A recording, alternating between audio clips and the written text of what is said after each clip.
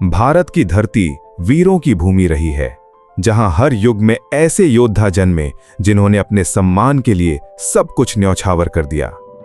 ऐसी ही एक कहानी है मेवाड़ के वीर राजा महाराणा प्रताप की और उस ऐतिहासिक संघर्ष की जिसे हम हल्दी घाटी का युद्ध कहते हैं।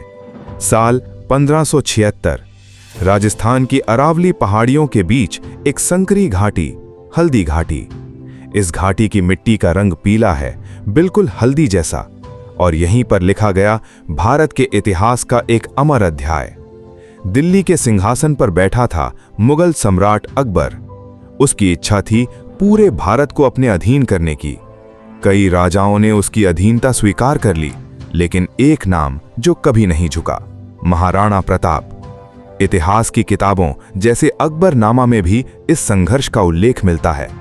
अकबर ने अपनी विशाल सेना को भेजा, जिसका नेतृत्व कर रहे थे राजा मान सिंह। दूसरी ओर सीमित संसाधनों के बावजूद महाराणा प्रताप अपनी मातृभूमि की रक्षा के लिए तैयार थे। उनके साथ थे वीर योद्धा हकीम खान सूरी और निष्ठावान सहयोगी भामाशाह। 18 जून 1576 सुबह का समय और अचानक रणभूमि गूंज उठी।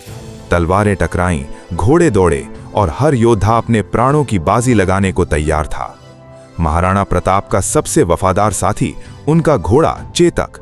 युद्ध के दौरान चेतक ने अद्भुत साहस दिखाया।